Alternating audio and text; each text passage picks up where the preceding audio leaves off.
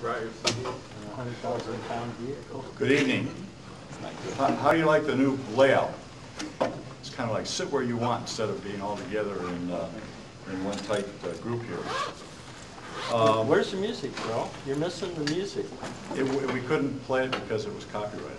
I'm sorry. You wanted me to say that, didn't you? Wasn't that what that was? That was a feed for me to say that. No, in fact, we're here to find out about that, and maybe by the end of the night you'll get to hear some music. I want to welcome you all to the February meeting of the Internet Developer Group. Tonight we should have a very interesting discussion of some technologies for protecting private information that you want to put up there, and most notably that might be information which is streamed, like MP3s or videos or whatever. Before we get into that, I thought I'd mention that we're now up to over 29,000 people having read the archives. So by far, one of the most interesting parts about participating in this group is that you get your material read, and I know from tracking into it, it gets read from all over the place, a lot from Scandinavia. I don't know quite why, except maybe people are looking at it anonymously. I didn't think we were doing that kind of stuff, but they're looking at that. We are recording tonight's meeting, and hopefully within a matter of a few weeks it'll be up. I have to apologize for people who wanted to see Rich Scarenta. We had a technical glitch where we immediately converted his talk last time to MP3, and we have a great shot of the first about 4 minutes of it. And we ran out of memory for the recording, so we had to go on. Our speaker tonight, as I mentioned, is from IBM. Florian Pestoni, we did so well earlier.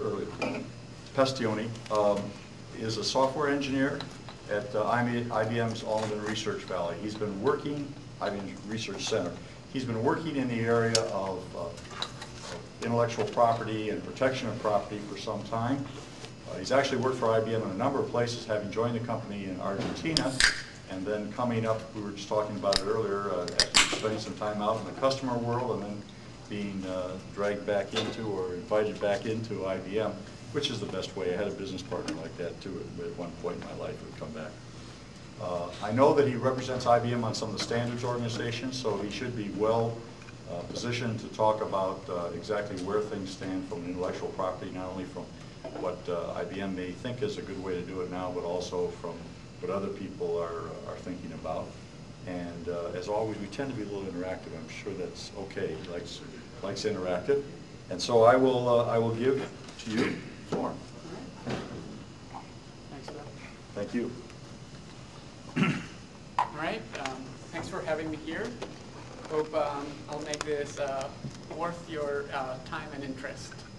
And by all means, if we can keep this interactive, interrupt me, and I can throttle the presentation based on where your interests are.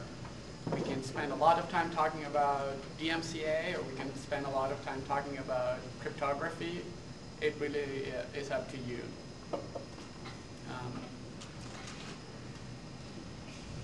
Now, I hope most of you have had a chance to have dinner, because I'm going to start on a culinary note, talking about content protection. I like to say that it's a little bit like making a souffle. The reason I say that is that there's a very careful combination of ingredients that needs to be there, but also very skillful execution in designing and deploying an end-to-end content protection system. If it's going to be broken, it's going to be broken in the least obvious ways. So you really have to pay attention to every single detail. So what I'm going to try and do in this talk is present some of those elements with the understanding that this is not necessarily the complete story. I'll talk somewhat interchangeably about digital rights management and content protection. In my mind, they're slightly different, but for everyone, a lot of people are more familiar with DRM as an acronym. Now, why do we need it? One of the reasons is now that most of the content is available in digital form, it's no longer embedded in the media that carries it. It's just bits. So this is great for consumers. It enables, and for content owners as well, but it opens new challenges for them. When I talk about content owners, I'm talking about the record labels, the movie studios, the distribution networks, the game manufacturers or game designers, the artists, everyone in the chain that generates content and distributes it to consumers. Now, they want to be able to protect their intellectual property, but at the same time, they want to be able to derive benefit from it. Let's ignore the cell phone. It's not happening. Should have turned it off. Okay. Now, what can we really do about protecting intellectual property? One aspect is, which seems to be very popular in some groups, is legal actions against infringers. And this is clearly, I think, part of the solution. The power, I think, that this has is that it will dissuade others from trying to violate the rights of the content owners. But it hasn't done that yet, though. Mm. So the RA is doing that, but it's not working. well, we'll see. Maybe we can all turn them off. So the other thing you can do is technical measures to protect the content. Now, I think they provide an effective means for limiting abuse under certain circumstances.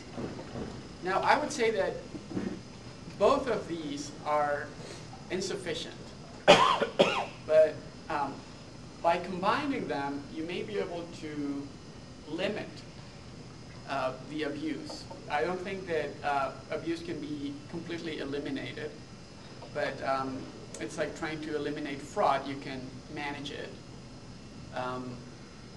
The same is true about abuse of intellectual property assets. Now, I'd like to use this analogy with regular tangible property, which is, of course, protected by law, but most of us still lock our house and our car. Now, we don't really believe that nobody can break into our car or that nobody can break into our house if they really want to. But this combination is quite effective in most cases to, it's a disincentive for people doing it. Of course, if somebody really wants to do it, they will. If somebody really wants to break into your car, they'll throw a brick through it, which is a very crude way of doing it, or they'll do something a lot more subtle. But if they're really determined, they can do it. But what we're doing is we're raising the bar for most casual attacks on our property.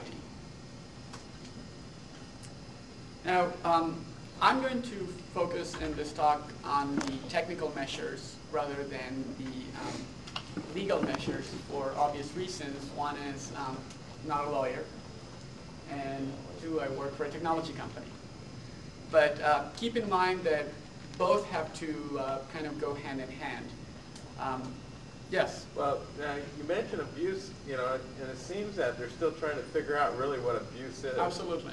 So, I mean, it doesn't, people like the RAA are claiming that people are doing abuse and want control over peer-to-peer networks and such like that. That doesn't seem fair to people. Mm-hmm. I mean, in a way, that's violating their rights, too. I would tend to agree with that on a personal level. I think it's a politically charged topic. There's still people trying to figure out, on the other extreme, is fair use a right, or is it something else? So I think there's a lot of political debate going on right now. And I think the reality is that probably both extremes are going to be unfair to most of the population. I think that, personally, I think that indiscriminate distribution of somebody's work is probably not a good idea if we don't want to do that. In the same way that I would probably not want to distribute all my work unless that's my choice, right? I may choose to participate in an open source project, but some of my work I want to be able to protect the intellectual property that I develop. So I think that we want a system that allows both and finds the right balance.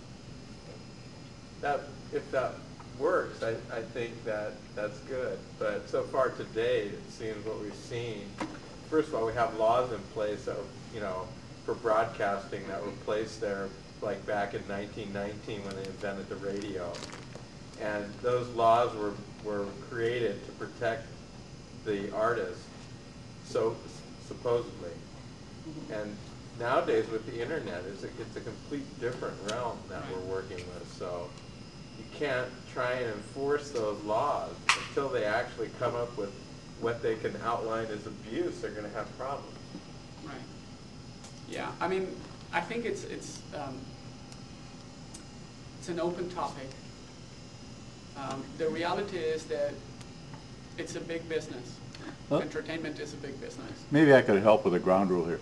To the extent that you delve into political positions, and we will take on political positions, but if you stay in technical discussions, then we'll try and address the questions from a technical standpoint, because I don't know that he's prepared to answer the political side of what is right as much as what is possible technically. So if we can stay on the technical side, you can probably get your information out, and then we can shoot you. No. If that's okay with everyone? Yes. No? Okay.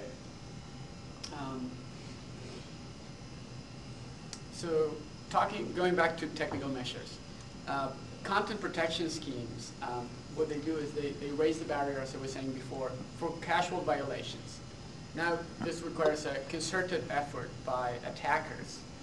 I'm going to try and avoid using the term hackers, because to me it means something totally different. Probably to you too.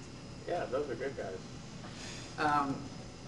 And then what digital rights management allows you to do is to define what somebody can do with the content, what is allowed by the content owners. So that as the content is distributed through the chain, these restrictions are enforced. Yes? Yeah, I'm sorry. How do you define the difference between content protection and digital rights management? Yeah, as I said before, to me, in my mind, digital rights management is really the, I think of it more as the rights expression language part. And a content protection scheme, for example, may limit copying, where there's really not much, rights expressions there. But some people prefer one term, some people prefer the other.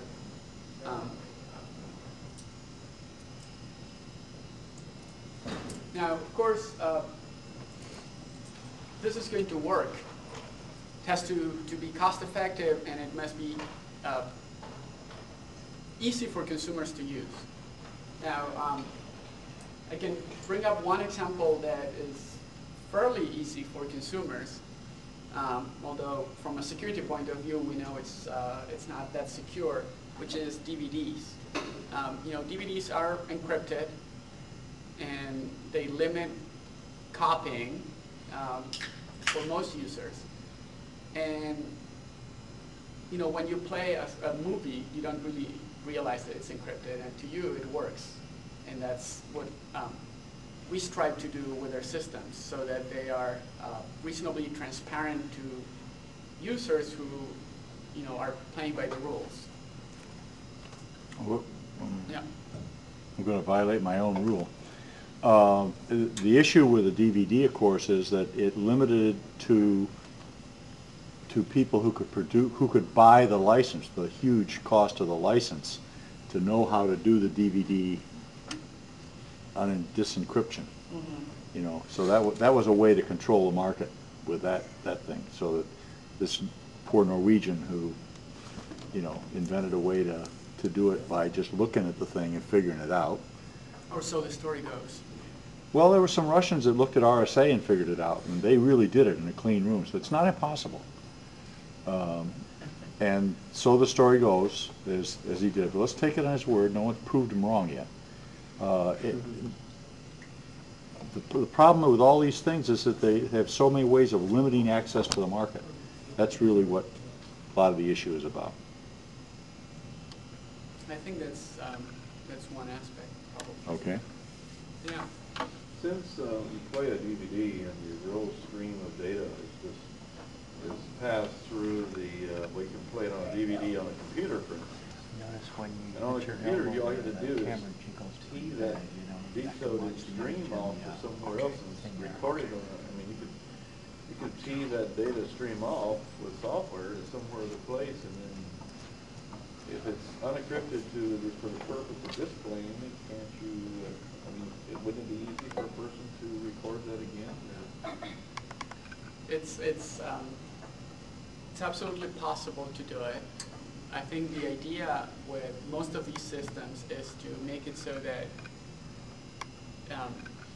for most people it'll be more convenient to use it in the intended way than to use these circumventions.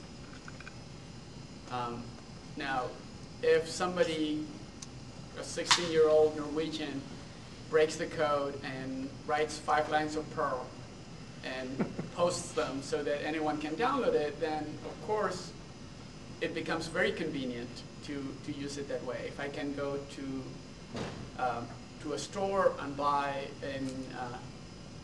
a DVD dubbing software, then it becomes really convenient. So that's where this chain of protection breaks down.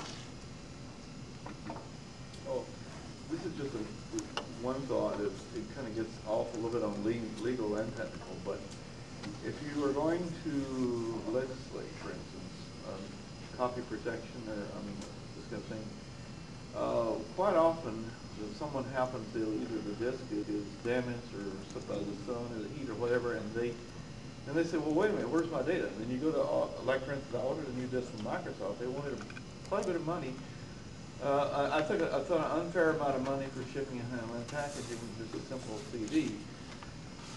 If I simply made my own backup copy, I wouldn't have had to went through that hassle. Right. But on the other hand, if I was dishonest, I could loan the spare copy to my friend, So. Right. Right. So one thing you can do is ship software with what's called your storage backup copy and the working copy. And you go ahead and issue those things. It doesn't cost but another 50 cents, maybe 75 cents most, to issue that disk, and then you've already given the guy, and say store this in a separate place. This is your backup copy. It saves you from having to reissue one, and put the logo in there. Notice this is not, with a warning, FBI arrest you, put you in prison and everything. Yeah, what I would say is that, again, this is going more to the political discussion. I'm not sure that it's a good idea to have legislators do system design and software engineering in the same way that I wouldn't want to have to legislate. We'd probably agree with So I think there's another answer to what you're asking, which is if there was, a content company that sold their content in the way that you're describing, then if that became a competitive advantage to them, then eventually the market would adopt that model. So I guess this is the free market versus centralized control political discussion again. And I'm going to just kind of Well, what happens move on. what happens when technically people publish content that is not copyrighted? Doesn't that break down this whole vicious string? Well, if the content is not copyrighted to begin with, say my photos from my last vacation that I want to share with whoever cares to look at them, then I would never protect them, and therefore they're free to download. I wouldn't want to be perceived as advocating that MP3 is bad. I think MP3 is great, and so is MPEG and JPEG. Now, I think the issue is when you want to distribute content in MP3 format or equivalent, and you want to protect how that content is viewed. For example, say you want to send it so that only your friends can look at it. Then, I would say it's your right to decide who gets to look at it. And it's your right to be very upset at your friends if they post it on the internet for everyone to see. That would be the analogy with this. I guess what I was thinking of is more as artists publish content, say music for instance, that isn't copyrighted and that can be shared. Eventually, if enough of them do that, it totally breaks down this whole cycle Right.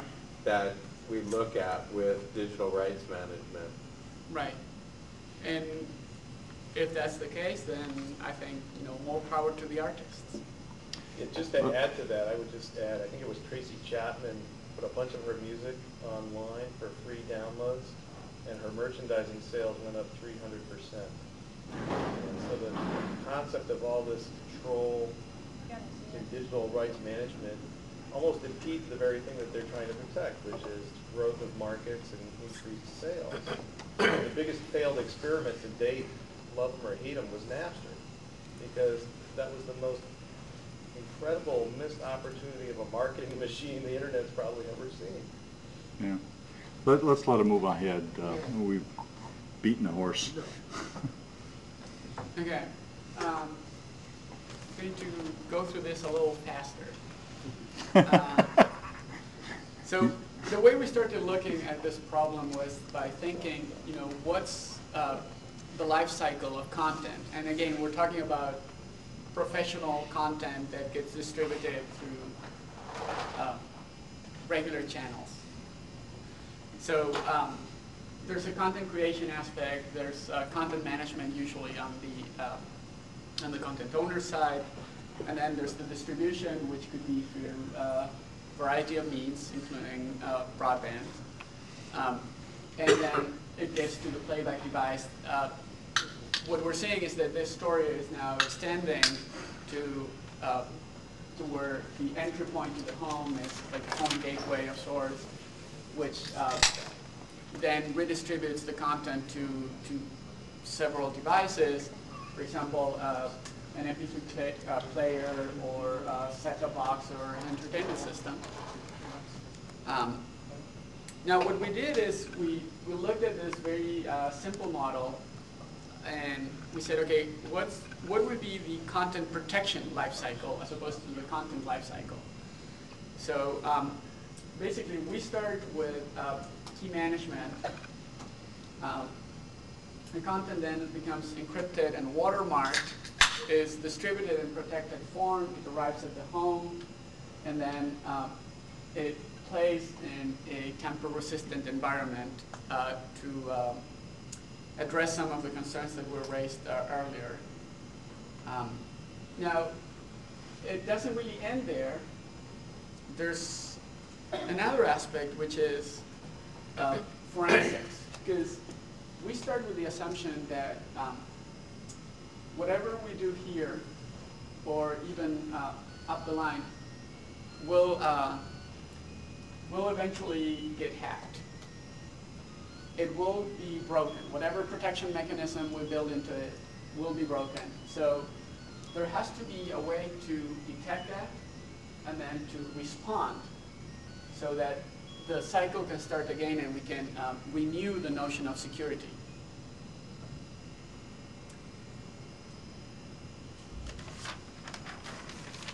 Now, let me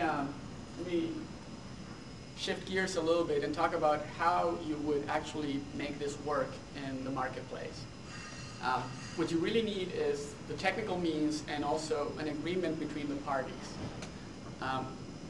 The idea is that only compliant players get to render the content. And what I mean by compliant is something slightly different from the usual standards notion of compliance. Instead, the standards notion is, you go to a connectivity fest and it works, so now it's compliant and you get the logo. Now, in this case, you need to be able to remain compliant, meaning you need to be able to follow the restrictions that were placed on the content, even if somebody's trying to attack the code or the device. So it's a much higher bar for what compliance is. Isn't that similar, though, as your example, is locking your car or your house?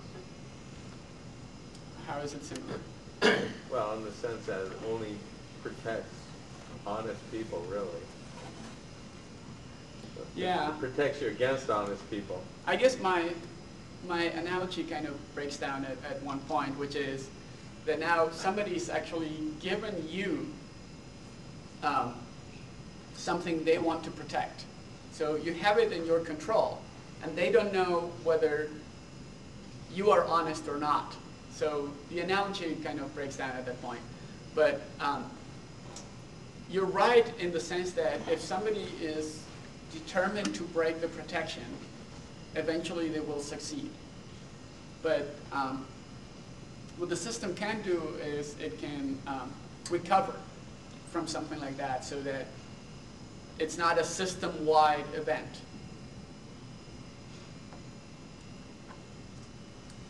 Now, I said that content should only play on compliant devices or I use device in a generic term. It could be a piece of software. So now the content owner needs to trust that a device is compliant and robust. Robust meaning it will try to protect itself against attacks. And of course, this breaks down when it gets compromised. So something we learned from this is that establishing trust is not a one-time event. I trust you, and now I trust you forever to manufacture good devices, because once your devices are out in the field, then they may be compromised, and then I wouldn't want to trust those particular devices. So you need to manage trust over time and over millions of devices. And the way we do that is with cryptography. So I usually have this one slide, the next one, which is like a level set about cryptography. I'm just going to dance through it and move on. But really, the key here is not so much what's the encryption algorithm that you're using, but really how you manage keys. One thing we've found is that the problem we're trying to solve, although it uses some of the same tools from traditional security practices, the problem is sufficiently different that we need to use very different techniques. And key management is one of the things that changes dramatically. And we've been working for some time on a new cryptographic technique, well, I guess it's not new anymore, called broadcast encryption. Now, broadcast encryption, I guess, was initially designed for a broadcast channel such as cable TV, but it really can be applied to stateless receivers. So it's a more generic concept than just cable TV. And it will provide, it has this, this nice behavior that only compliant devices will be able to decode the content. And because it doesn't require this handshake in traditional cryptography, such as, say, public key, first, it lends itself to very simple protocols, and it also to applications that wouldn't be possible with PKI, for those of you who are familiar with it. And also, because you can implement it just using symmetric encryption, it's orders of magnitude more efficient. Now, how does this work? Each device gets assigned a different set of keys. This is unlike other systems where there's a global secret in which, if that global secret gets compromised, then the whole system has been compromised. In this case, each device has its own key. And then there's something we call a key management block, which is sent with the content.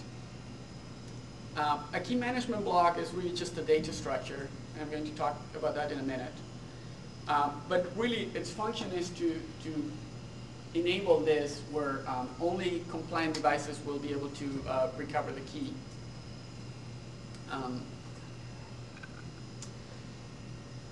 So what a key management is really a multiple encodings of the same key.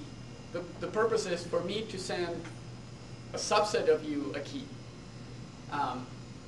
And I want all of you to end up with the same key at the end. But I want to be able to exclude some who, for example, I don't trust. So that's the problem. Let me walk you through one very trivial algorithm. This, of course, is not practical, but it works. It follows this restriction. So if I'm a device, I have a key, and I know, so I can send, I know what my key is, and I know what my position in this vector is. So I can send a key management block, which has the encoding of KM, this management key that I want to send to everyone, and it's encrypted multiple times with different device keys. So if I'm device A, I know this key, I can decrypt KM. And if I'm device B, I know this other key. I wouldn't be able to decrypt this, but I can decrypt this. Now this happens to be an encryption with a different key of the same KM. So both A and B end up with KM. Okay, so when you're saying that somebody has multiple devices, is the idea of this that one person has multiple devices, you want to give him permission to use the content on any of his devices, he sends you, say, the public key of each of the devices, and then you send them back a table of encrypted keys? No, the way this is set up is slightly different. The way this is set up is you start with generating keys for all the devices that you want to participate. Right? Okay. Now these devices, they have what's the equivalent of a public key, of a public key in an RSA? No, it's all symmetric. So I generate a key, and I give it to you. I generate a different key, I give it to you, and so forth. So now each of you have a different symmetric key, right? Yeah, and that's your own personal key. Yeah, okay. But if I get somebody else's key, I can use it if it's symmetric. Sure. But that's So. let me address that in a minute. But the goal is for me to send you, and you this other key. So what I do is I encrypt it multiple times. Once for you, once for him, once for okay, which is what this represents. Now, if I have reasons to believe that you've given your key, you've posted your key on the internet, for example, and now I know that your key has been compromised, and that there may be a lot of people using your key, what I want to be able to do is to prevent you and all the clones created from your key to compute KM. Okay. Now, why do it that way where you were with a symmetric key, when, you know, if these three devices give you a symmetric key, you can post it on the internet. If instead it was the public key and nobody else, and you have to really get in and dig in and be the determined guy to get the private key, and you do the same thing, you pass back the same table, but it's based on public keys. Now the publication of somebody's public key doesn't give it to everybody. Right. That's possible. One of the reasons we've been with use this is that it's truly one way. And for example, when you have media, when you're distributing this on media, then you don't have the ability to have this handshake, right? Because one part is the player, and the other part is a dumb piece of media. So it cannot compute. Okay. So what this allows us to do is to use that. Now, it's possible to build a broadcast encryption system using public keys, which is, I think, where you were going. Yeah. And you know, it's in the art, and some people have done it. And in the systems that we've built so far, we haven't had a need for that. Okay, until somebody broadcasts his key. Okay, so let's say somebody does broadcast their key. Yeah. What I want to be able to do in this system is to be able to prevent that key from being used in the future. Oh, okay, so that's all it buys you. It doesn't buy you protection for those things that have already been. Correct. Correct. Okay. Usually, we don't care about things that have already been compromised, because if somebody hacked into the content, they probably ripped it and made it available in unprotected form already. So you want to be able to renew going forward. So the way we Can I ask a question about that? If somebody has already copied your contents illegally and they've already posted it on a public website, what's your recourse? You don't know that. Well, that is not a key management issue, but there are other techniques that can be used potentially for that. For example, what you can do is you can trace that this used to be copyrighted, or that this is copyrighted material and used to be protected. And the technique that's used for that is watermarks. Of course, watermarks have their own technical challenges.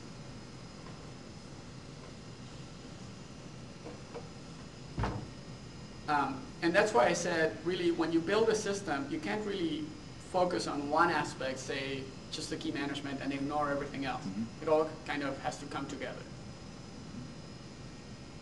So you're going to disable this on a future, say, playing device, supposed to? Pardon me? I'm trying to figure out how you're going to disable this. You're going to disable this on future playing devices as opposed to the current media.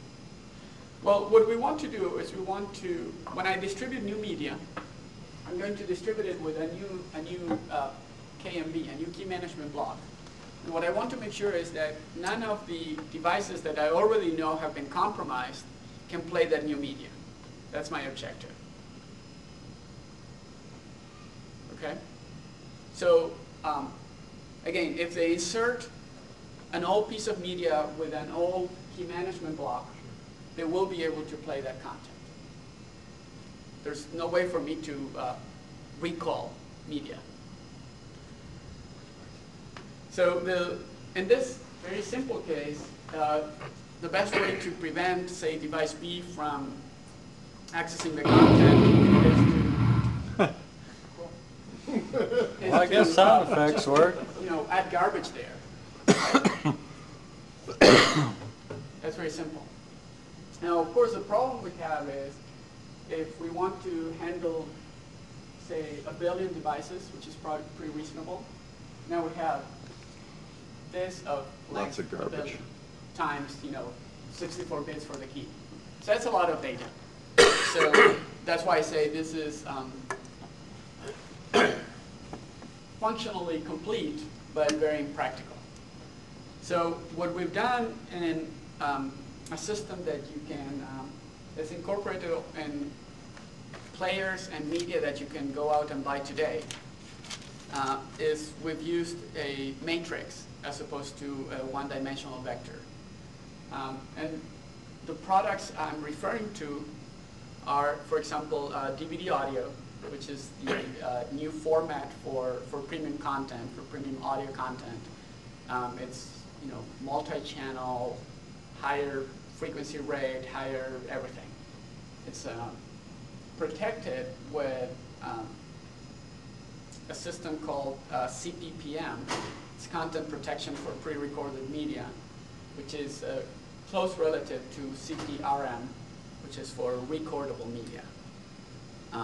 So this is something that's already been implemented, and it's currently commercially available, and it's working. And okay, before I dive into this, is there interest in understanding how this works, or should I just... Yeah, sure. Okay. How are we doing on... You're fine. Okay. So now, instead of just giving one device key to each device, we have a matrix of keys, and we give one key from each column. And of course, there's the combinatorial advantage to this, because now with I can use a much smaller matrix to accommodate a much larger device set. So think of the matrix as this. Now device A will have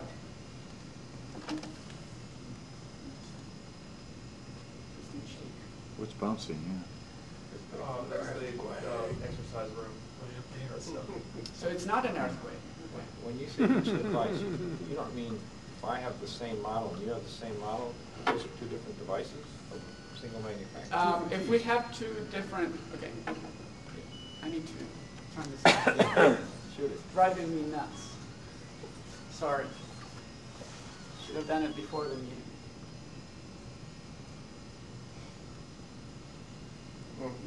Don't feel bad. I was at a meeting where the president of Stanford University was making a presentation, and in the middle of a sentence, his pocket started to sound off. So, but he could hand it to his wife.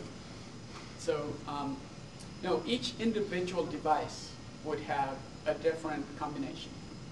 Like embedded in firmware. Yes. It would also be keyed into the serial number race. No, it doesn't have to be. But It doesn't have to be, but it would be in the book somewhere. So now, if we have two different devices, device A and device B, device A is going to get all the green squares and device B all the red squares. And there's a chance, there's a probability that some keys will overlap and to compensate for the shake. But the probability that all keys will overlap is going to be pretty slim. I guess, of course, it depends on the size of the matrix. So that was how we assign keys to devices. Now, how do we create one of these key management blocks? It's going to be a matrix, and this is a simplification of the way it really works, but let's use it. It's going to be a matrix of the same dimensions as the where we derive the keys from. But now, for each cell of this matrix, we're going to have the encryption of Km, which is, if you cannot see, is repeated in every single cell, but encrypted with the cell with the key that corresponds to this cell. So now, if I'm, say, device A, and I want to process this key management block to obtain Km, what I'll do is I'll say, okay, in column 1, do I have, what's my key? It's this one right here. So I come here and I decrypt Km, and I'm done. Now, device B wants to do the same. Instead of going here, it goes here because it knows this key. But it's an encryption with a different key of the same Km. So both device A and device B obtain the same key, and now I can use that key to encrypt the content itself. So again, this works. It follows the function of the structure. Of course, I want to be able to revoke device B and exclude it from computing this. So what I do is in the matrix, I have garbage in each of these positions. Now notice that in this example, I kind of nuked one of device A's keys. And that was kind of an accident, a side effect, because device A is still good, we trust him. But it's not a big problem because device A still has all these other keys. And if device A wanted to process this, it would come here and it would be able to recover KM, but device B would come here and it would find garbage. And here the same and so forth. And then it runs out of keys. And now it doesn't know any more keys. It cannot compute KM. So we've accomplished in the matrix the equivalent of what we did in the one-dimensional example. Now this becomes a lot more practical. For example, in the new DVD audio, I think about 3 megabytes are allocated to sending this matrix, this data. And that supports billions of devices. I think the plan is, I don't know what the total number of devices is, but Is that unique for every device or unique for every brand or what? each individual device, each instance, Yeah. gets a different combination of keys. Your Discman and my Discman are different. Yes. Yeah. And the reason you want to do that is so that if my Discman, if I go at my Discman with a soldering iron and I open it up and shave off layers of silicon to extract my keys, and I write 5 lines of Perl, somebody would want to make sure that my device and all the clones that are running those 5 lines of Perl don't work. But they don't want to damage you because you didn't do anything and your device is still in one piece. So, Okay. How can you tell that happened? right. Because you'll get his key. So the forensics aspect allows me to detect which keys have been compromised. But first I need to get my hands on one of these clones. The easiest way is to download the 5 lines of Perl, run it through our forensics tool, and it will spit out what the original keys were. Now, of course, what you could do is you break the device, you create a non-compliant device, and you never tell anyone. And now you can do whatever you want with the content. And the answer is, we don't care. Because really the damage that you individually can cause to the whole business is so tiny that it doesn't even pay to try and find who you are. Now, if you try to make a business out of it, if you try to have mass distribution, then it becomes a lot more important. And you're no longer flying under the radar.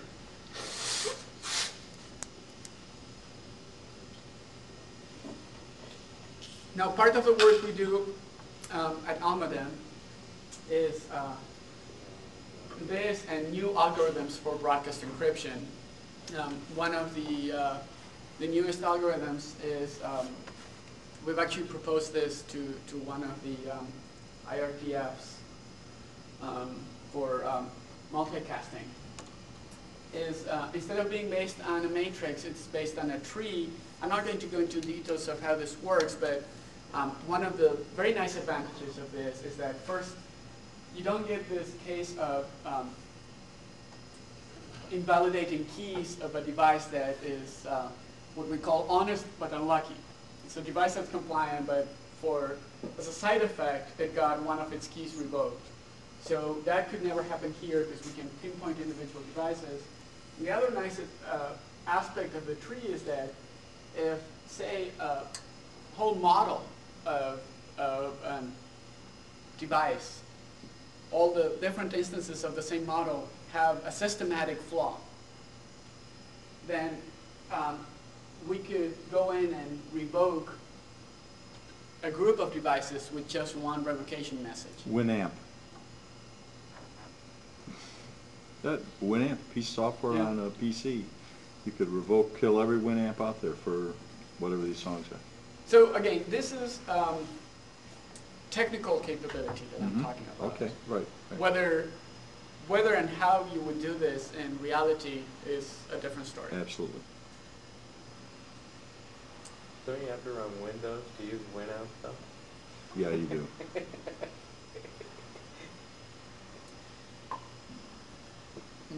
Okay, I'm going to skip because we had some interesting discussions, but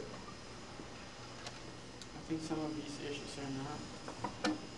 I'm not going to be able to cover everything. Okay. They'll be in the notes. Yeah. So I mentioned CPRM and CPPM. We also have been working on something called EMMS, Electronic Media Management System, which is it's a DRM system. We have some activities in data hiding and watermarking. We've participated in several standards and industry groups. We're part of 4C, which is the group that makes available CPRM and CPPM. We've participated in CPTWIG. If you've never gone to CPTWIG, it stands for Content Protection Technical Working Group. It's quite an interesting experience if you're interested in digital media. It's a meeting that occurs, I think, about once a month in LA, and you have all the major studios, all the major technology vendors, device manufacturers, and a lot of lawyers in one big room. So it's a very interesting experience. I've just recently been involved with OMA, the Open Mobile Alliance. We've participated in digital video broadcasting. It's the alphabet soup of standards. We work on software tamper resistance, which is an interesting research topic.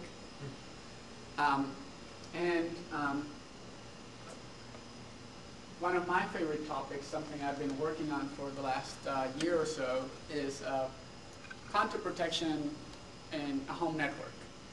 So assuming that devices are going to interact more like computers, so more devices are going to be either Bluetooth or Wi-Fi enabled, and or even Ethernet. The question is how do we design a content protection system for this usage model, which is quite different from what you would have with physical media. So that's what I will talk to you about next. We have this code name XCP for Extensible Content Protection that we use for our project. The idea is to support what's called a trusted domain, which really means that several compliant devices are grouped together to act as one. And content can move freely among my devices. But of course, we want to make it so that my neighbor cannot use my content, so that I cannot use the system for indiscriminate distribution, but I can still use it within my household. Our system is based on broadcast encryption, and it's really peer-to-peer. Now this is peer-to-peer at a small scale, as opposed to peer-to-peer for Netscape. But it has some really nice advantages, like fault tolerance, and we don't really need to know ahead of time what the topology is going to be. As a consumer, Yes. aren't you paying for copyright based on device then? So, in other words, a DVD is encrypted on the media. You can play it on a DVD player. But once you move it to different devices, as a consumer, you're paying for copyright based on device. Well, that's the current model, in particular for DVD. But what we're proposing here is a new technology that enables a different model. And what we've been doing is we've been talking to the different content owners, trying to create some support for this different usage model. And the usage model would be, there's a trade-off, right? I think both are reasonable. It's nice for you to be able to have, a piece of media and give it to your friend, and they can play it too. But here we're talking about a parallel model where you basically buy content for you, it plays on all of your devices, but then it will not play on your friend's device. So these are just two different usage models, and the technology to enable them is different. You're saying there's no physical media, or there is physical media in this model? There doesn't have to be physical media. Well, You could use physical media potentially. Because then I could give it to my neighbor. Well, but the idea is, so there's a notion which is what the content is bound to, right? So in, say, DVD or DVD audio, the content is bound to the media. Yeah. The idea is if I copy the bits to a similar media, Yes. the second media doesn't work, right? If I do a bit-by-bit copy, it doesn't work because it's bound to the original model. Right. In this model, what we're saying is it's bound to you and to all of your devices. Okay, that's what I thought. Okay, and did you get to the part yet of how you do this binding to the owner rather than to his devices? Did you do that? Right. So what we're really saying is binding to the owner is hard. So we use a proxy for that, and the proxy is a collection of devices. So there are really different trade-offs. What we wanted to do, what we set out to do with this system is create a system that is, we maintain some level of control for content owners, but doesn't force you, the consumer, to have to help in this process, because it's not in your interest to help. So we wanted a system that is transparent, and we also wanted to protect the privacy of consumers. So I guess the initial idea of binding to the user would be, which we decided not to use, but the initial idea would be, okay, you buy a device, you have to register it. You go to this, central database of devices, and there's a record for you, and you say, okay, this device is now registered. And we're not really comfortable with that model. So we have a much looser notion of ownership. So we're willing to be lax about what is considered yours, which in some cases could be used to say, you and I could say, oh, we're just one, right? Okay, that will happen. But what we do is we limit how much damage we can cause by doing that. So if I cannot create, and one important aspect is how big my network of devices can be. Because if we didn't have a limit on the number of devices, then, and because we're kind of protocol independent, we could do this over Nutella, right? Right. And now we would have a domain with 1 million devices. So what we do is we limit the size rather than having a very hard notion of ownership. What if in that model you offered more value for people who registered, but still allowed people who didn't register to use the device? That's a possibility that's enabled by the technology. And in fact, one of the things we do is we say, okay, we're going to allow consumers to come home from Circuit City, power up their device, and we'll just join all the other devices. But we're going to limit how many devices can join in that manner. And the minute you say there's going to be a limit, no matter what that limit is, somebody will say, okay, I want 1 more, or I want 10 more. I'm Bill Gates, I have 500 devices. What do you mean I can only have 5? So what we've done in our protocol is we have an exception mechanism where if you want to go beyond this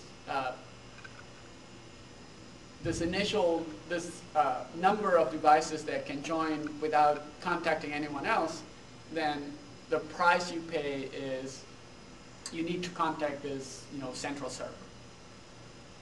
So because we have these two models, now we can basically have a slider to say how big this initial local authorization can be.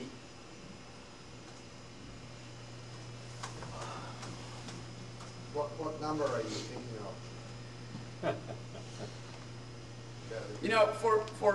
For abstract presentations, I don't think it makes any difference.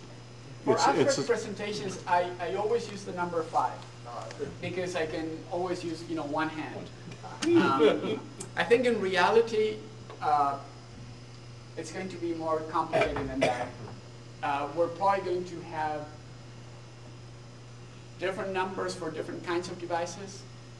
So for example, if you have, say, XCP-enabled speakers, and you have a surround sound system, then you've already used all, more than the 5 that you have. So we may allow, I don't know, 20 speakers, but only 5 TVs.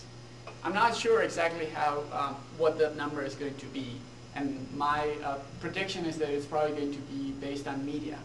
Ideally, it would be just one number that everyone agrees to. That would be the simplest scenario. I just don't think that's realistic. Unless IBM's changed a lot, it's usually their role to create the technology and let the market fill in the numbers. Mm-hmm. So the IBM won't decide how many you get. They'll just say there'll be this structure which will allow you to limit it to so many, and then the industry, our friends at the RIAA, and other people will define how big that number is. Yeah. So let's see. Let's do the protocol because that's a kind of dynamic part.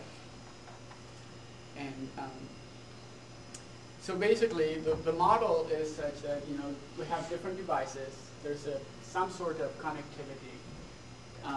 Each device, as I said before, will have a key, and these keys are going to be different for each device. Some of the devices may have storage capability. Some may not. For example, this could be just a pure client. A pure streaming client, for example. So some devices will have storage. And the storage doesn't really need to be tightly bound necessarily. And some devices may have extra processing power represented by those gears here. So the idea is that we're going to distribute parts of the system throughout these devices.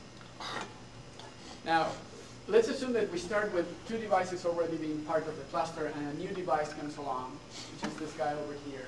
The first thing it does is it broadcasts a message saying who's there, and it provides a URL so that people can contact the new device. Now it gets 2 responses, one from each of the existing devices saying, I'm here. This is point-to-point using the original URL. Now, what this guy wants to do is it wants to join the cluster. So it's going to send, will you authorize me request. But in that request, it needs to prove to these guys that it's a good device. And so it needs to prove that it's compliant, because we don't want clones joining our network. So what it does is it computes a MAC, a message authentication code, based on the key management block that this guy has. Now, let's think about that for a second, because this is the key part. If this guy has a key management block, and that key management block is revoking this device, then this guy will not be able to compute the right code, the right MAC. So it accomplishes the idea that it's not going to allow non-compliant devices into a cluster. Excuse me, I thought the key management block came on the device like it came on your DVD, not your DVD player. Your DVD player had one key. Right. So in this model, you know, because it's binding to the user or not, it's a different model. All the devices in this cluster, in this particular cluster, are going to agree on a common KMB. Because things are no longer bound to a particular piece of media. This KMB is now floating. It's a file on the network. So if we go back, So how I does, indicate that the KMB is stored by the devices. so how does your local is that the device over the device on the left find out that the device on the right has been blackballed? So it finds out when this guy tries to join Yeah. and is not able to process this guy. Well, how does that guy get the information he's not supposed to process it? Sorry? How does the one on the left, the authorizer, it's just another device in the same household, right? How is that informed, you know, that somebody in Hollywood at the RIAA has blackballed the client? Well, because it has a key management block. And that key management block How's it get updated? came from, how is it updated? Oh, it's not updated. It was just at the time that that was manufactured, it was blackballed. Well, and it all of doesn't the above. necessarily and had it a doesn't know URL. it doesn't know what's subsequently blackballed. All of the Previous above. site had a It URL. probably comes with a KMB, probably ships with an initial KMB to kind of bootstrap the process. Yeah. And then, for example, when new devices join, you know, you're getting ahead of the protocol, but when new devices join, they're going to say, okay, here's a new KMB. Should we collectively update our notion of KMB? Or perhaps one of these devices is, say, a set-top box, and it has a feed from the outside, and it's getting KMB updates. Yeah. So basically, the system, this particular cluster, is going to be updating its key management block over time. Yeah. Yes, you had a question. Yeah, isn't there a master device in the cluster? Is there one that's No. policing it, or is it completely distributed? It's completely distributed. In fact, you could have multiple authorizers on the network. And what the protocol guarantees is that everyone ends up with the same notion of, you know, how to compute the key to protect the content. Okay. I don't think this would work because you got an old authorizer, and it doesn't know the latest blackball list.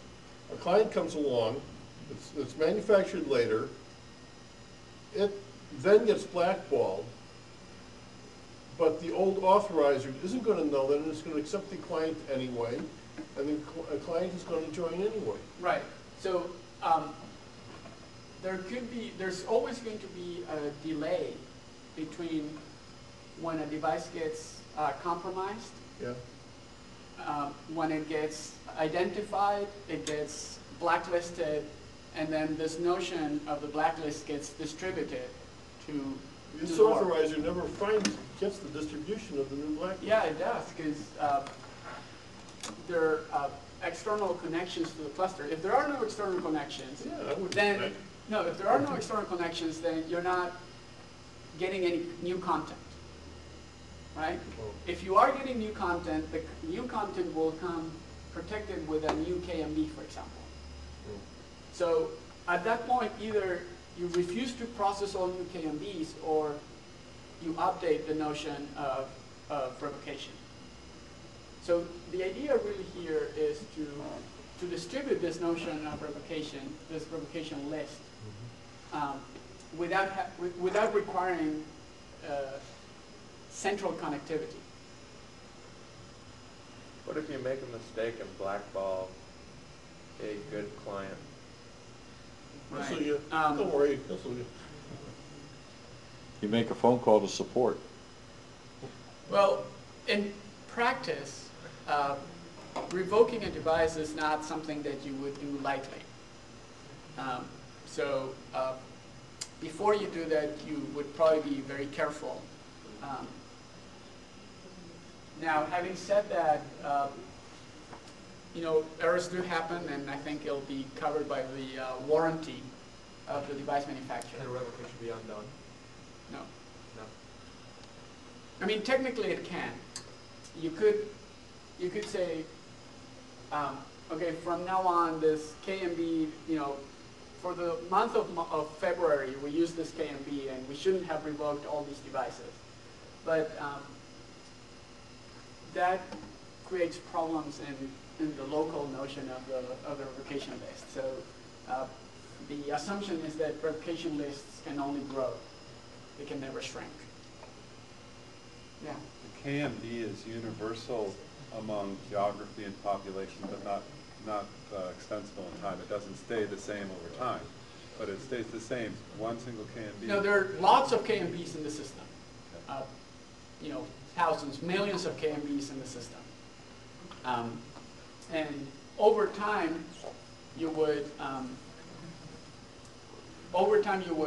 say generate KMBs that revoke more devices, right? As more devices get compromised, KMBs will have a bigger revocation list. But my cluster and your cluster may have a totally different KMB. Or they may not. Or they may not. Yeah. All right, when you talk about the key management block of, I think we're talking about an authorized copy of anything, a digital copy, and you've got a key on this copy, and then you find out this is not a valid copy. You're going to corrupt the. How do you corrupt the? I mean, I don't understand how you corrupt the copy. First of all, am I on the wrong trail here? You don't understand how you corrupt what? I mean, sorry, you got a. You're trying to prevent something from being copied, and you got a set of keys that are authorized keys to install a device, right? Okay, you detect that something has been tampered with. So we want to prevent those keys that were in that device that was tampered with from being used in the system. And the way we do that is we generate new key management blocks that have those explosions. Are you talking about a physical key that goes on the back of the computer, for instance? Or are you talking about a key that you enter during installation? No, the device keys would be basically burnt into the firmware. The firmware manufacturer. Yeah. Okay, the firmware of the Device.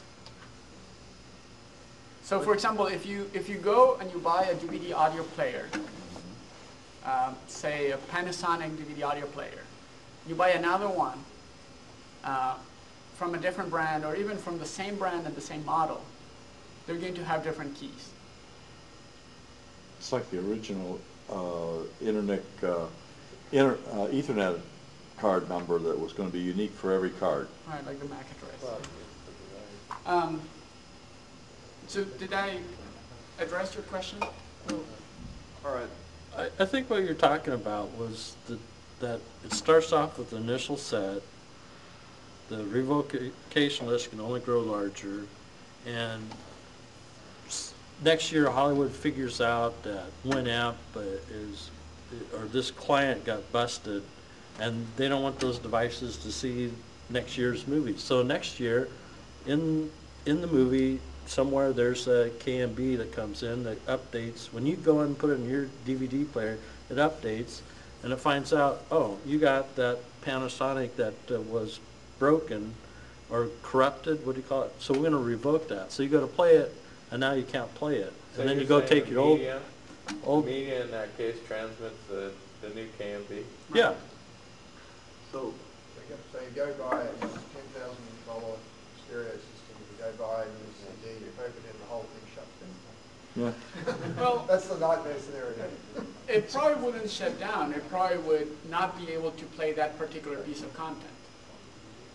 And unless there was a mistake, the only reason that happened is because instead of paying $10,000, you paid $10. How can you get universal coverage on your revocation unless the KMB is universal? How can you get? Universal coverage on your revocation unless the KMBs are universal. Well, the KMBs are universal in the sense that they all come from the same source. Right? But they can all be different because the KMB does two things, right? It has an encryption of KM multiple times, and implicitly it has an encoding of this revocation list, which is the positions where we want the explosions. So, So that part of it has to be consistent across all KMBs. right, but different KMBs that are issued at different times will have different lists, right? Right. So if you have a really old KMB, for example, you created your cluster and you never allowed any new content into the cluster, then you may have a really old KMB, whereas my cluster, because it's always updating, it may have a much more up-to-date KMB than yours. Oh, you're saying it actually replaces the KMB? Or Yeah, it's a little bit more complicated than that, because if it replaced it, then well, what would be the criteria for, how do you know that this is a better KMB than what you already have? Well, let me ask you this. What would happen if you had older media that didn't have the same new level of KMBs on it? Right. What if someone distributed old media that didn't contain the newer? Well, it depends on what you're doing with the media, right? If what you expect is that when you insert the media, you just play it, then it's okay, because, like we said, there's nothing we can do about things that were issued in the past. So that piece of media, the KMB that it has, right, doesn't prevent your devices from playing. But you don't want to adopt it as the new KMB because it has a smaller revocation list than the one you have in the more up-to-date KMB that you already have in your system. So you could still be able to play back that media. Now, the way I think about media is more as a transmission mechanism. That's how the media enters the home. But what you may want to do is to save it onto your hard drive, for example. So at that point, you're kind of rebinding the content to the cluster's notion of what the binding key is. So you're basically re-encrypting the key. And now the old media, you're not really using it on a daily basis. You just have the content. But there's no way to stop somebody once they, for instance, they play something, they transport that stream to a new place and record it. You can't. There's nothing you can do about that. Right. What you can do is because all devices are compliant, they will never, for example, place unencrypted content on the network. And if your device, again, because it's compliant, when you decrypt, you never make an extra copy unless it's explicitly allowed, and you always want to keep it protected. How can you prevent that? I can play a DVD on my laptop.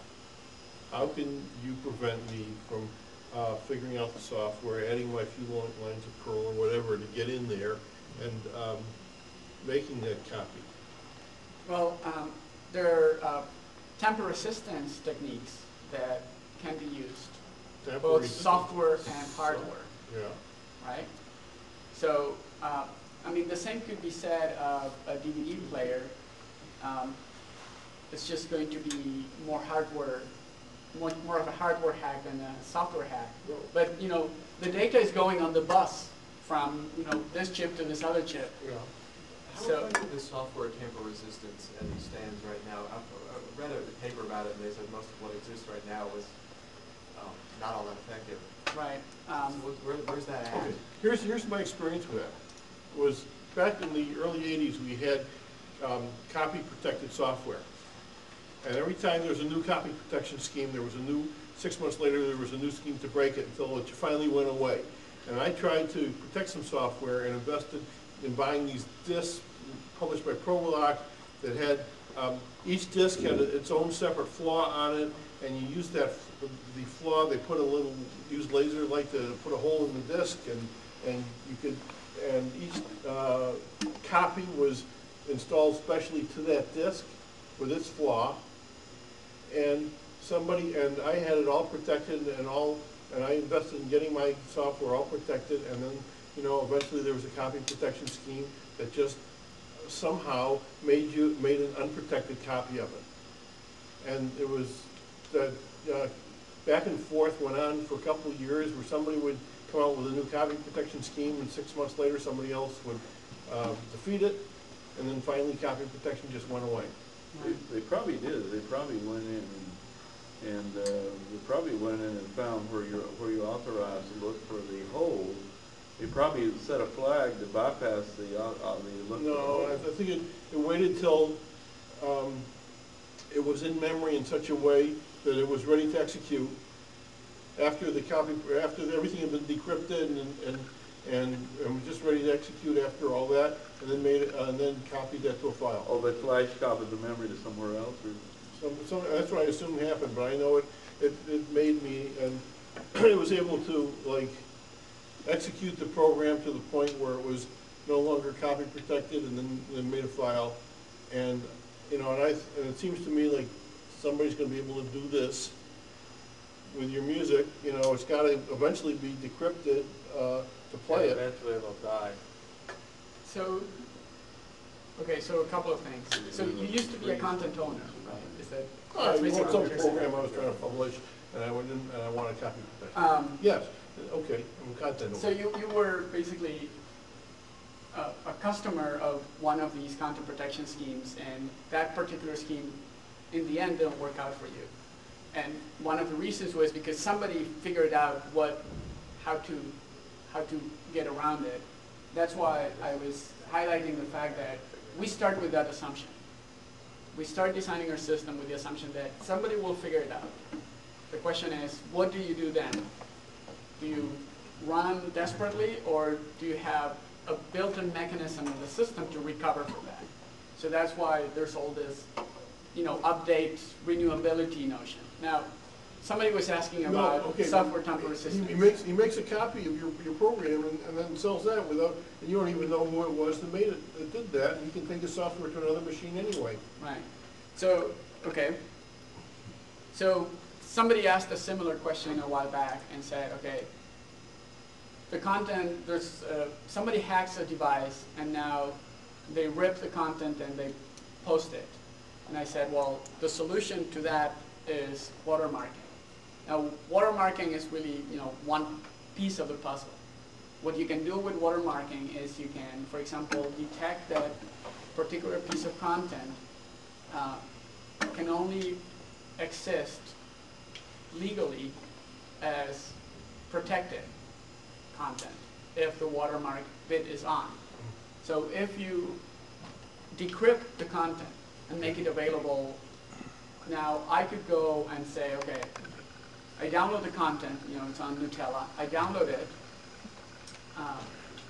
and I check, is the watermark on? Yes. Is it protected? No. Then this is an illegal copy. Now, what can you do with that information? Two things. One, you can require all compliant devices to not play that kind of content. So now you reduce the space, the usability of this. Now everyone needs to have a hacked device. That's one thing. And the other thing you can do is you can actually be more intelligent, and you can add information in the watermark that would allow you to trace back to the original device that made the illegal copy. So the forensics tools I was referring to, some work on the devices, some work on the content. So those are some of the techniques. So, sorry. There was a question in the queue that I haven't had a chance to answer about software tamper I resistance. was curious, how good is it, and how good do you see it becoming?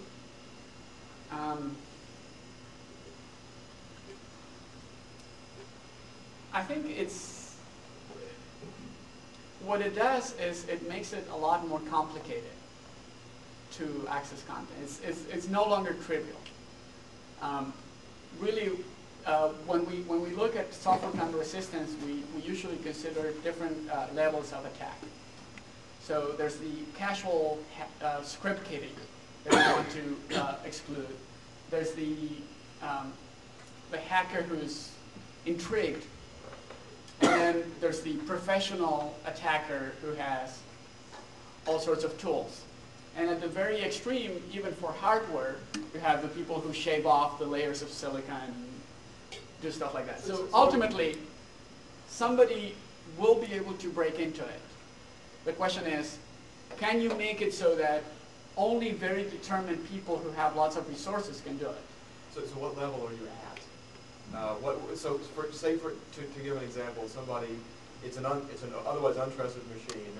Right. It's a competent software guy. He's not hacking into hardware, but he's running your software in the debugger. Right. And he's looking at the contents of the registers. So one of the tamper resistance tools is anti-debugging.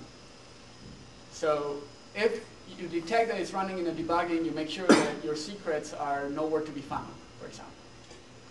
So, but it's kind of a race, right? It's always a race. There's measures, countermeasures, and countermeasures. Yeah, I have a question.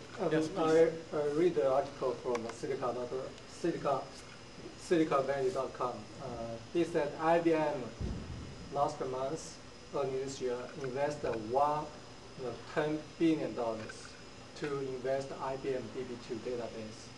I just wonder, does IBM have so much intellectual property to be developed at $10 billion? I'm not sure that I'm in a position to answer that. Yeah. Okay.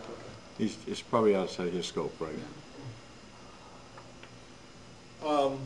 As far as your anti-debugger attacks, that thing that I was telling you about that I used, it was called Prolock. Its software actually used interrupt 3, the debugging interrupt, as part of its stack, and it needed that as part of its stack. And if you were running a debugger, either the debugger clobbered you or you clobbered the debugger, and it was still defeated. Right. So again, I'm not saying that it cannot be defeated. I'm just saying that if you make it complicated enough, then it will dissuade most people from using it. That's all. That's the most you can if aim people for. use the and system. even if you have a hardware-based solution, even if you have, say, Palladium, then you're just raising the bar a little higher, or a lot higher, depending on how you look at it. But it can still, be hacked. You had a question. Oh, go ahead. So if I understand this correctly, it's sort of basically creating a feedback loop. And basically, you could say, if you want to play the new content, you have to have the latest firmware installed on your client device. And your latest firmware, if somebody, say, uses the analog hole that plugs, analog device between the two, it might be encoding the serial number of the device that's being used to do it. And then you can detect it when that stuff shows up on the Nutella, and then you can change you can ban all the content that came from that device, and then figure out how they did it, and then send a new thing. Say, the principle of the loop is true. I'm not sure that some of the techniques are things that were actually used. Some of the techniques you mentioned, but the notion is, then you can fix it. And then right. That's the idea. Yeah. There are certain places in the world where there's a notorious amount of copying going on, and I've heard of places, for instance, where all you have to do is to pay for a copy is the value of the CD itself to get a copy. So if you're like Microsoft and you're trying to, or anyone else trying to sell software in this a foreign locality, wherever it may be. I just read an article about that. Yeah, and you want to attempt to create a one usage installation per official copy. What can we do? What can be done technically? Right. There's like no silver bullet. There's no one thing that you can do that will fix it. We have a bunch of technical solutions that we've developed so that if you combine them with this skillful execution I was referring to at the beginning, you may make it very inconvenient for people to use these unprotected or bootleg copies. Now, if you make it inconvenient enough, then perhaps the other option, the legal option, becomes more attractive. But at the same time, you need to make it so that using the protected version will be very convenient. What if you, instead of in a compression algorithm, you say you compress your data installation, your installer, and then you take their like the serial number off of their motherboard, if you will, and you create that, and you take that, and you create a mathematical stream, or create an installer stream of that, and then you go look up another place on a database on the internet and get another authorization code that is time-stamped, etc., which passes back the serial number of the motherboard, and then all of that sends back a key that creates the installation, and the installation itself is intermingled with the decoding, periodically decoding of the serial number or whatever else that you look up on the particular computer. And if you don't find that thing, you disable the data stream. Yeah, I cannot do like threat analysis on the fly. Wait a minute. In the Intel devices, they tried to put a serial number in I think it was the Pentium 3 or Pentium 4 for a while, and nobody liked it, and they took it out and they stopped making it. And all the Pentiums do not have serial numbers that are available to software. Well, is there any other, I mean, you cannot, I know there's serial number information on the hard drive, but that's, you can only get to that if you're a vendor unique access. No, you can We get probably it. do need to Oh, move come along. on, you can get it. There are other things like that. There's also, if you have an Ethernet address, all the Ethernet, that's not your IP address. There's a 6-byte number on your Ethernet card that should be unique. And if you don't have an Ethernet card, then Microsoft Windows makes up a number for you that's unique that they puts in the software as if you had one.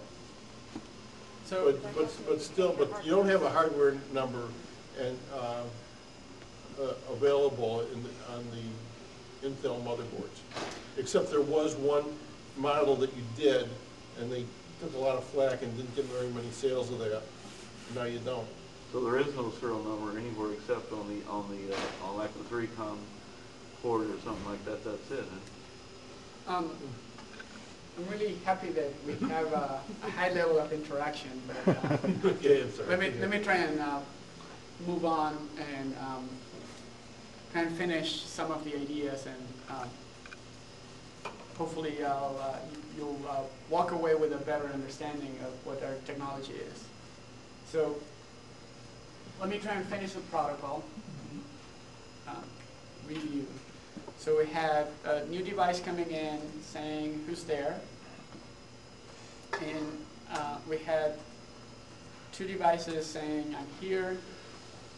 The device talks to one of them and it provides that authorization request. And now what this guy needs to do is first it verifies that the MAC, the message authentication code, was computed correctly, meaning this guy was able to process the KMB, and therefore it's not revoked as far as this guy knows. And then it needs to check how many devices are already part of a cluster And if it's, in this case, it's below the threshold. So it'll say, okay, you're in, and it provides some information that this guy needs to participate in the cluster, some secret information that's unique to that particular cluster. And I mentioned that in some cases you may want to have this exception mechanism where if you want to go, for example, beyond the threshold, or if you want to perform other functions, you would want to be able to do to have a centralized model. So the protocol starts exactly the same as the previous one. The only difference is that you need at least one device to be online, to have connection to the outside world. And it will essentially forward the request that came from this guy to the central server. So perhaps it does that when if this is the 6th device in the cluster. And now the central server will have some business rules about when it's going to allow somebody else. And I'm not sure what those business rules could be or should be. They could be anything, but it could be you have to give up some of your privacy by saying, these are all my devices, so that we make sure that, or provide your credit card number, or we charge you $10 for the next 5 devices, or something like that. I'm going to skip through this, but for those of you who don't like cartoons, here's a slightly more formal treatment of the protocol, and you can, I'm going to send this to Bill, and if you're interested, you can download it. The only thing I question here is Yes. that what assures the acceptance of this particular encryption system? In other words, if someone comes up with something else that's open that doesn't have all these key management blocks being passed around and stuff like that, and becomes more widely accepted, that means that this particular system basically is not a success at that point, Right. But the same is true of all Of software all, development. that's true of all design, systems, yeah. that's right. The security process becomes so burdensome that the honest users avoid it. Well, it depends. But remember, if you were just a regular user, right? You went to Circuit City, you came back, you turned on your device, and almost instantly it became part of your cluster. How is that burdensome? You weren't even aware that the content was protected. You only become aware when you say, hey everybody, here's my content. And it's like, duh, it's encrypted. What happens when you go to Fry's and buy a device that's not accepted into your system? That's not You've got 30 compliant. days to return it. So who controls the keys? That's what I want to know. Yeah. Okay. That's a really good question. Well, the device manufacturer would have to. No, I mean, Well, there has to be an agreement, right? it's up here with the time. Deployment issues. Okay. So there's really these two entities, right? There's the device keys that get handed out to device manufacturers and get burnt into the devices. And on the other hand, there's key management blocks that are given to, say, content owners so that they can protect their content with those KMBs. And they both have to come from the same source, otherwise they won't work together. Then they go separate ways, and then they meet when you insert the media in the device, for example. So when that happens, remember I talked about trust, about how content owners need to trust the device manufacturers. For example, in a proprietary system, where, say, in an enterprise and you're trying to distribute content to your employees, then your both the content owner and the device manufacturer. You're playing both roles. So then this is not really an issue. You just need to somehow run the key generation facility. But this is a But proprietary then- system you explained, right? No, au contraire. And that's why we've been so active on all these standards bodies. For example, if you look at CPPM, it has content from a lot of the record labels. I don't know if all of them.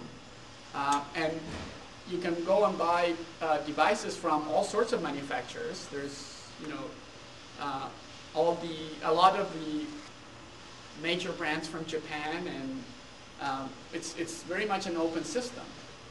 That's not because you can't use a device that's not in your schema.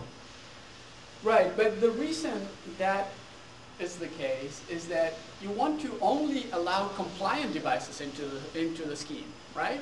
Because if you allow non-compliant devices, if you start giving out keys to devices that say rules, what rules, then it's just going to break down. So you do want to make sure that only compliant devices play.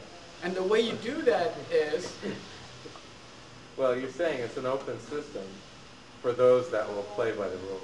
Absolutely, yes, that's what I'm saying. That's basically a proprietary system. No.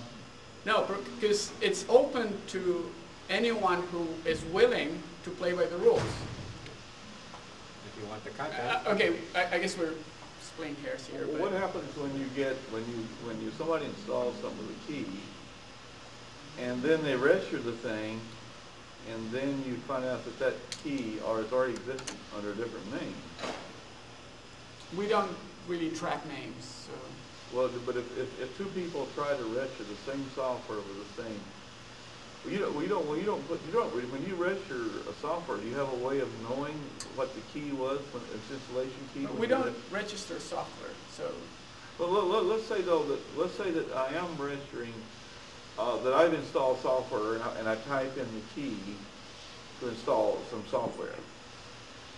And then I go to register the software. You register it, fill out the card.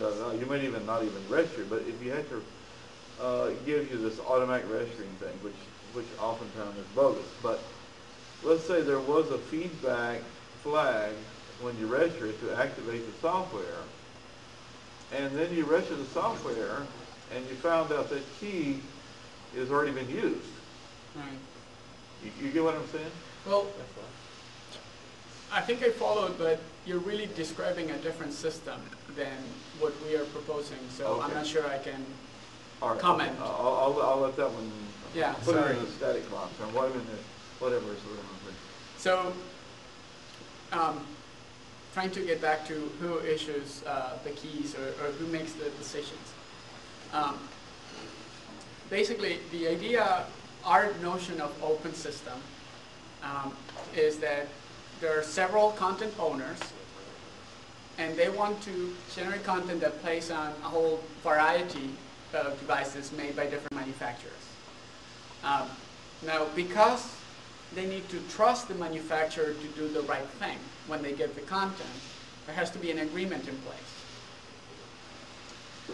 It would be possible, right, for every content owner to have a separate agreement with every device manufacturer in the world, but you end up with this M times N matrix, and for a device manufacturer who wants to meet agreements with multiple, that's trying to have one device that plays content for all these different manufacturers, meeting all the different requirements that may arise from the negotiations would be virtually impossible or extremely complex. So the way we propose this can be deployed, this is more a deployment issue than a technology issue, is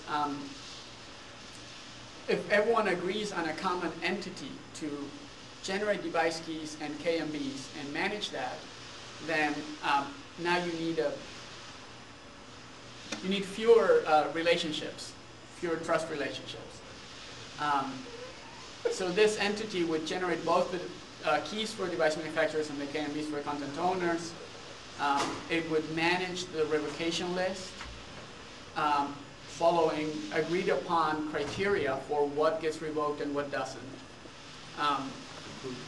And then it would use this revocation list when it computes new KMBs. Yeah. So who determines the agreement for what gets revoked? So I'm manufacturing a device and I don't want to play Sony CD. You know, I could do that.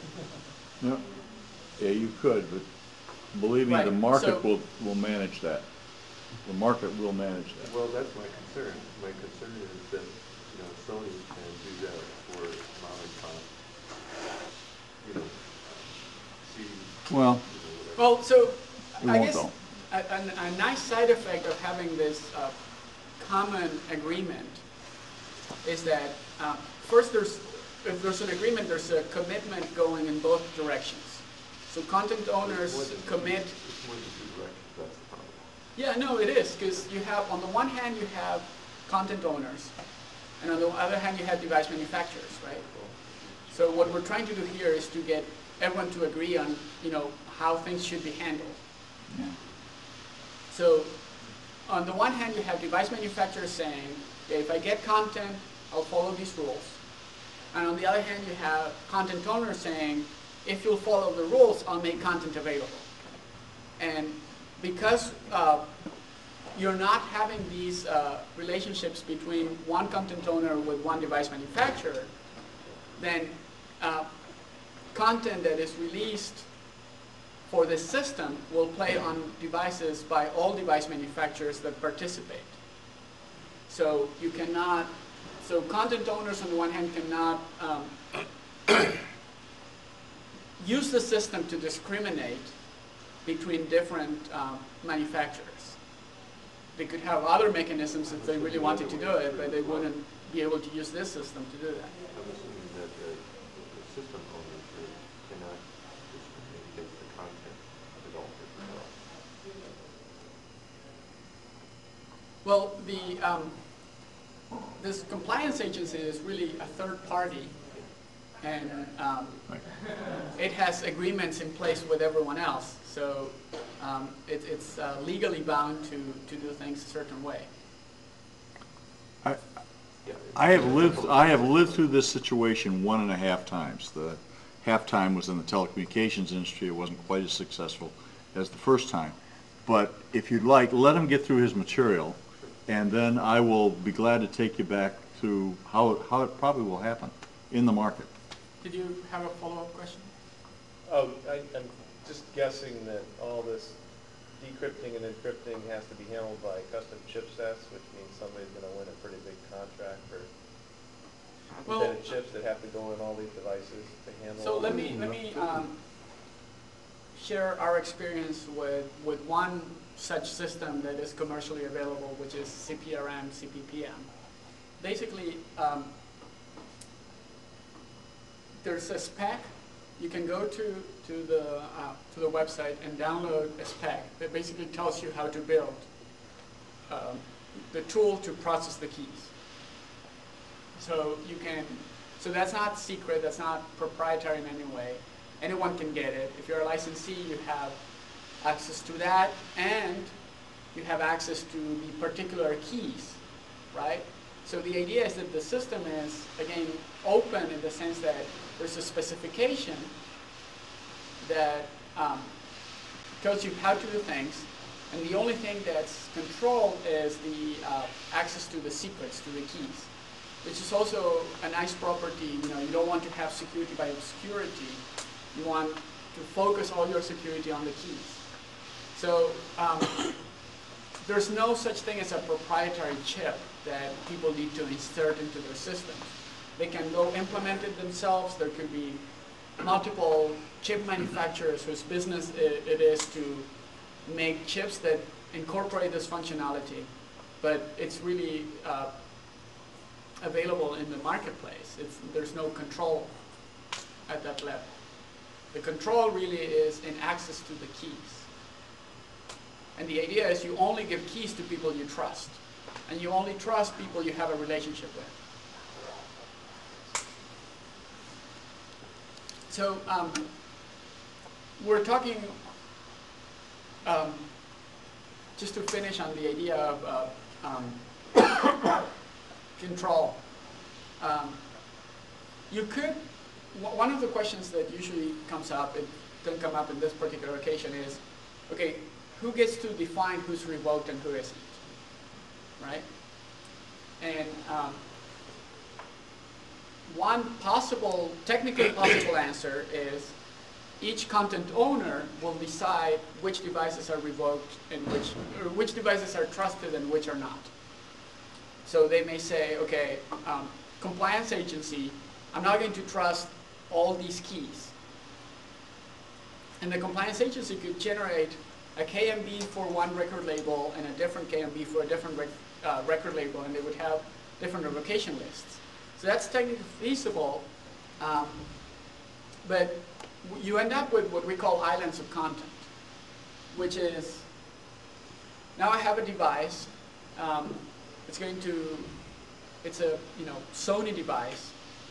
Now I get a Madonna CD, and it's like, okay, what's the record label that Madonna is signed for? Okay, it's Maverick. Who owns Maverick? It's, I don't know, Universal, whoever. Wait, did Universal allow Sony to play this content? So it becomes kind of unpredictable, that you don't know what is going to play where. It would become burdensome, and it would discourage consumers from using it. So we believe that a much more workable system is where there's this common notion of which devices are revoked and which are not. So everyone agrees on the rules that would cause a device to become revoked. And there's a common process for that. And all the content owners basically have to live with the current revocation list. And at that point, you get interoperability. You get content from record label A plays on all participating devices. Yeah. Can you generate new keys? If your key management block is already established, can you generate a new key, or is the keys already fixed relative to the existing key management block once it's established? Well, over the life of the system, you would generate lots of key management blocks, and each key management block would encode a different key. So we don't know the mechanism so we haven't been revealed the total mechanism to generate the new key management block, but we can download it. Is that correct? Well, I gave you a very cartoonish description of how it works with that matrix and all the explosions. All right. But that's the concept. But if you really want to go out and implement this, then you can go to 4C. If you want to implement CPRM, you can go to 4centity.com and download both the license and the spec. I think you said the keys were going to be about 64 bits, and you're probably going to need about 1 billion. You probably allocate about 1 billion keys that are going to work. And if that's the case, and you only got 2 to the 64 keys, then if you start trying keys at random or one after another, about 1 out of 1 billion keys are going to work. Then you come up with random. You have to try 1 out of 2 to the 64. That's a lot. No, if there's 1 billion that work. But you don't know. You're going to find one in just a few days of computation time. No, but you don't know which of those billion keys you are. So it's try them all. 1 billion out of 2 to the 64. So that's a lot. So about 1 of 1 billion. Yeah, no, about 1 out of 1 billion will work. So we'll make so it 128. Yeah, so now you're talking. No, it's okay. We need to I'll make a note. 64 is not going to do it because about 1 out of a billion keys will be a valid key. And you'll be able to find that in a few days of computation. Are you going back to grad school at Berkeley? What? What if you have a program that exercises, that flies 2 to the 64th, that just processes through those keys real fast looking for them? They do it with grid computing, and IBM's an expert in grid computing. They know how to do it. Well, again, I'm sure the NSA has very powerful machines that can break a 128-bit key much faster.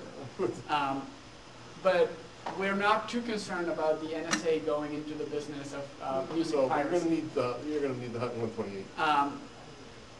I think that key size is a little bit like, choosing a key size is a little bit like choosing what level of insurance you want for your car. You have, basically a piece of crap. What's the premium that you're willing to pay? Well, not much, because if it gets lost, if somebody steals it, all right, I'll live with it. If you're talking about ringtones, for example, you probably don't want 128 bits of protection because, okay, big deal. If you have really high quality content, then you want to have higher security levels. So in reality, you choose based on that. There's no one size of key that makes sense. No, here you have to have one standard. Your standards committee has to have one standard so that the content provider and the content machine will use the same key. But that could be, potentially it could be, for example, for media, today we have a different standard for DVD audio, a different standard for memory-based SD card, secure digital memory card, and we have a different one for something else. So at that point, you can make the decision. And in fact, another issue that's related is what's the size of the key management block? Because, for example, on DVD, 3 megabytes is not a lot. On flash memory, 3 megabytes can be much more.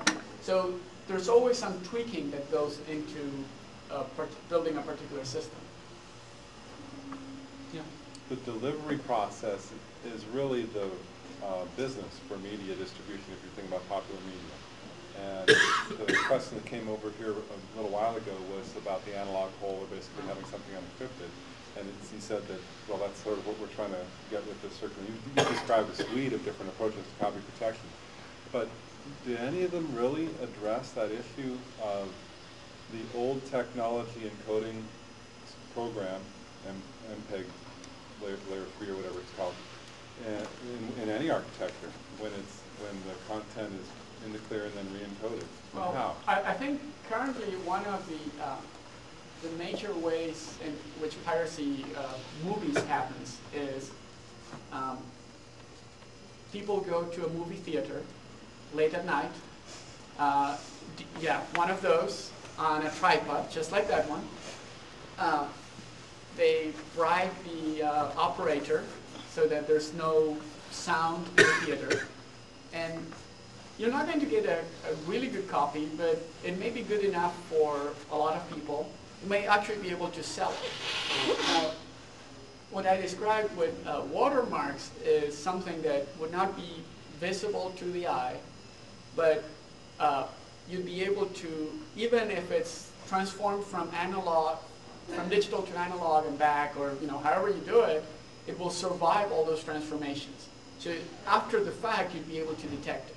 So if Harry Potter is sold as Super CD or not Super CD, VCD, on 2 CDs, which is, I think it was sold before it was released in movie theaters, which is weird. Common. At least you should be able to detect that it was copyrighted, but, well, if it's Harry Potter, you already know that. And you may, with better technology watermarks, you can include something that allows you to detect where it was recorded from. So, for example, if we're talking about digital cinema, and that's what was used for creating, or even if it's analog, if you could somehow say, okay, this was from this theater, you can at least send the cops to the theater saying there's an illegal activity going on. You wouldn't be able to prevent it. Watermark is a forensic technique, not a prevention technique in this use. It hasn't been expanded to where the playing devices actually identify watermarks that have... Well, so it's this circle, right? So we require compliant devices to check for a watermark. If it's present, then to check for a watermark on unprotected content. If it's present, then something went wrong and the device, because it's compliant, refuses to play the content, right? So that's one way to make it less attractive to consumers, because now I insert my VCD that I bought online from some foreign country, and it doesn't play on my DVD player. Now I need to go and download a hacked version of the player. It's like, I'm not going to bother. I'd rather, pay my Netflix subscription and get it there. So again, you cannot really prevent all violations, but you can make it so that the legal way becomes more convenient. You can kind of move along. Yeah. So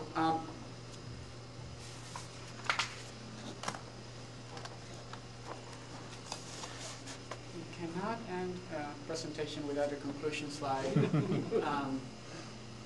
But this is just trying to summarize some of the topics we covered.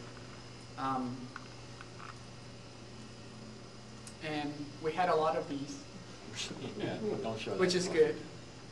So if you have any questions, please contact me. Well, I think clearly there was a lot of interest. We normally give our speakers a little token of our appreciation for the effort they put in. I think we should have gotten you a shield instead of would have been a much more appropriate thing for. I've been in more contentious groups before, so. Well, okay, and guys, I walked away. sharpen your sabers. Oh, what a put down.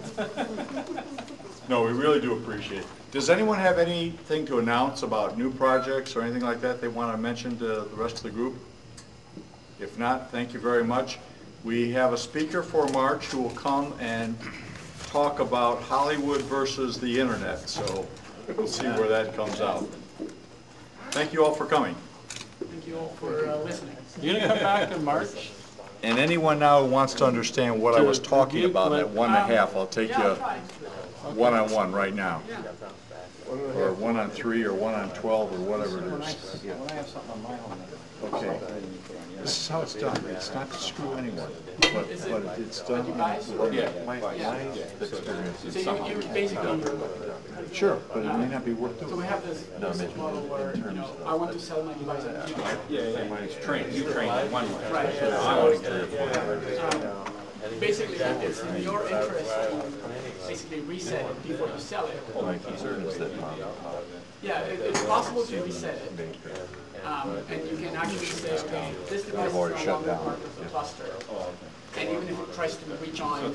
Oh, it's already shut down. Right.